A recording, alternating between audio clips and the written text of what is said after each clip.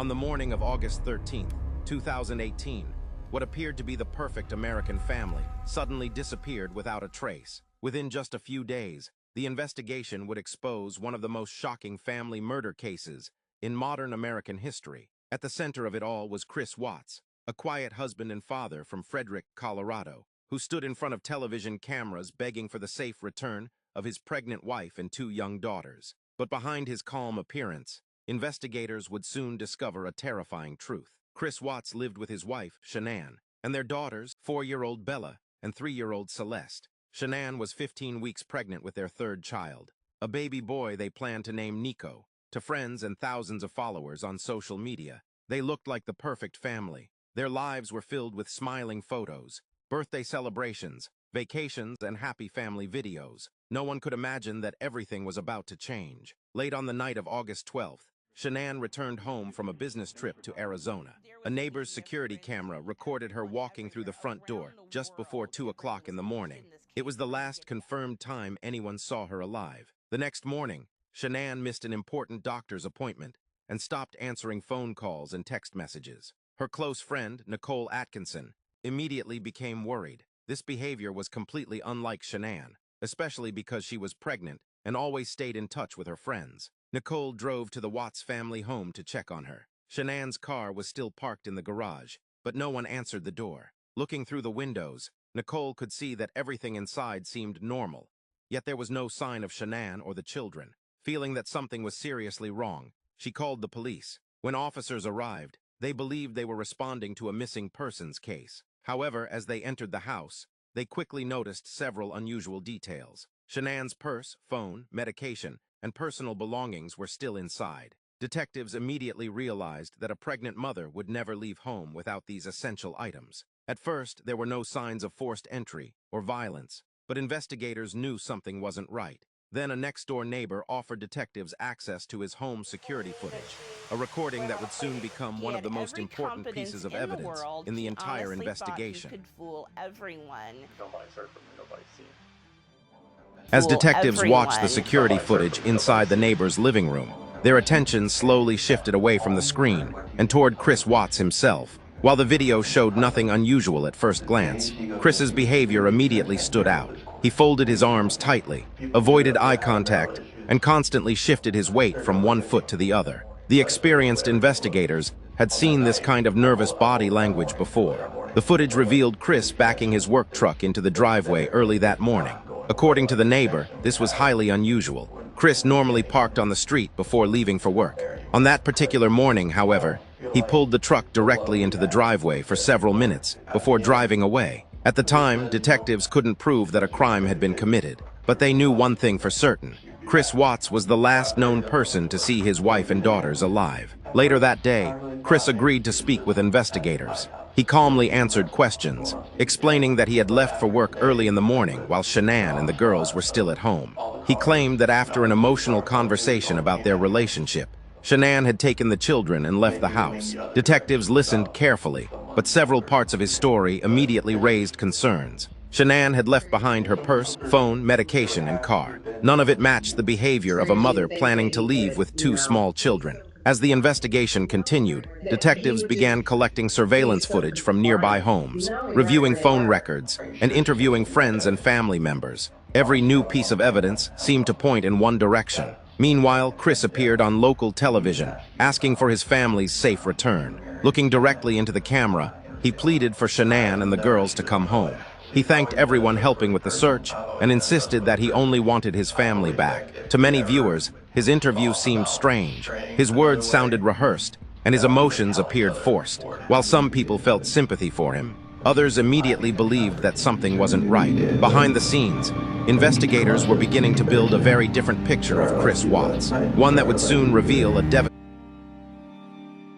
Chris Watts gave an initial confession to Tammy Lee and Agent Coder. He told them that he killed Shanann, but Shanann had murdered the girls. Christopher Watts had not admitted that he had taken his children's life.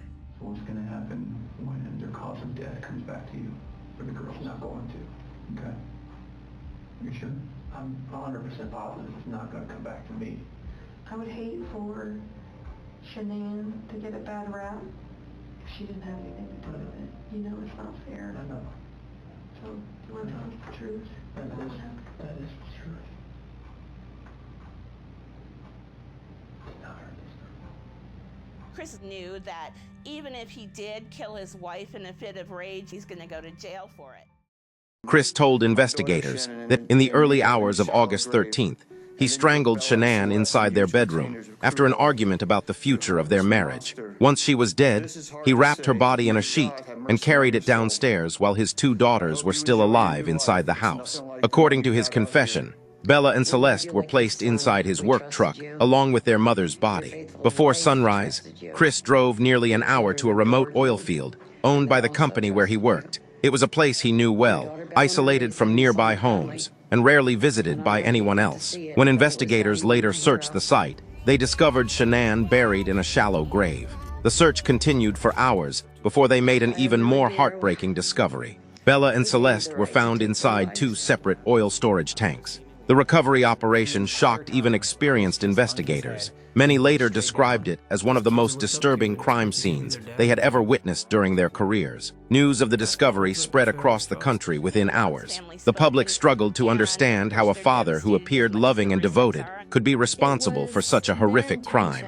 As more evidence was collected, investigators found that Chris had searched online for apartments, vacation destinations, and a future with his girlfriend in the weeks before the murders. Phone records, text messages, and financial information painted a picture of a man planning to leave his family behind rather than face the consequences of divorce. The image of the quiet family man completely collapsed. The man who had stood in front of television cameras asking for help was now facing multiple counts of first-degree murder. The investigation that had started as a missing persons case had become one of the most infamous family homicide cases in American history. On November 6, 2018, Chris Watts appeared in court and pleaded guilty to the murders of his pregnant wife, Shanann, and their daughters, Bella and Celeste. By pleading guilty, he avoided the possibility of the death penalty, but he also admitted responsibility for one of the most devastating crimes the state of Colorado had ever seen. The courtroom was silent as the details of the case were read aloud. Family members listened through tears as prosecutors described the final hours of Shanann and her children. For everyone present, it was impossible to imagine the fear and heartbreak those innocent victims had experienced. The judge described the murders as incomprehensible and sentenced Chris Watts to life in prison without the possibility of parole, plus additional consecutive life sentences for the deaths of his daughters and his unborn son, Nico. The case remains a reminder that appearances can be deeply misleading. Behind smiling family photographs and carefully crafted social media posts, there were problems that few people could see. What seemed like the perfect family was, in reality, hiding a tragedy that would shock the world forever. As the courtroom proceedings came to an end, there was nothing left to question. Chris Watts would spend the rest of his life behind bars, never again experiencing freedom. But no sentence could ever undo the pain left behind. Shanann was only 34 years old. Bella was 4, Celeste was 3. Baby Nico would never have the chance to be born. The Watts case became one of the most studied criminal investigations in recent history. Detectives, psychologists, and millions of people around the world continue to ask the same question. How could someone who appeared to be an ordinary husband and father commit such an unimaginable crime? Perhaps that question will never have a satisfying answer. Behind every smiling photograph, every perfect social media post, and every happy family video, there may be a reality that no one else can see. For the families left behind, however, this was never just another headline. It was a tragedy that changed countless lives forever. There was a sense of relief, one of just sadness. Two families who have been absolutely destroyed by the actions of this man. Everyone was grieving in that room. Good morning, Your Honor. Mr. Watts has asked us to share this morning that he is devastated by all of this. And although he understands that words are hollow at this point, he is sincerely sorry for all of this. Thank you. I've been a judicial officer now for starting my 17th year, and I could objectively say that this is perhaps the most inhumane and vicious crime that I have handled out of the thousands of cases that I have seen. Before a judge, Chris Watts pleads guilty to the murder of Bella, Shanann, and Celeste, and also an unlawful termination of a pregnancy, that being his first son, Nico. Deputies, I would respectfully ask that you take this defendant into custody and have him serve the rest of his life in the Department of Corrections. After Christopher Watts was sentenced, there was closure. There was a sense of relief and sadness and disbelief that it could happen in such a small town. I don't know if anyone felt that justice had been served. I don't have grace for him. That's one of the worst betrayals a human can do, is the betrayal of a father to a daughter. So no, I don't selfishly think that he got justice, but I'm grateful that I'm not the judge.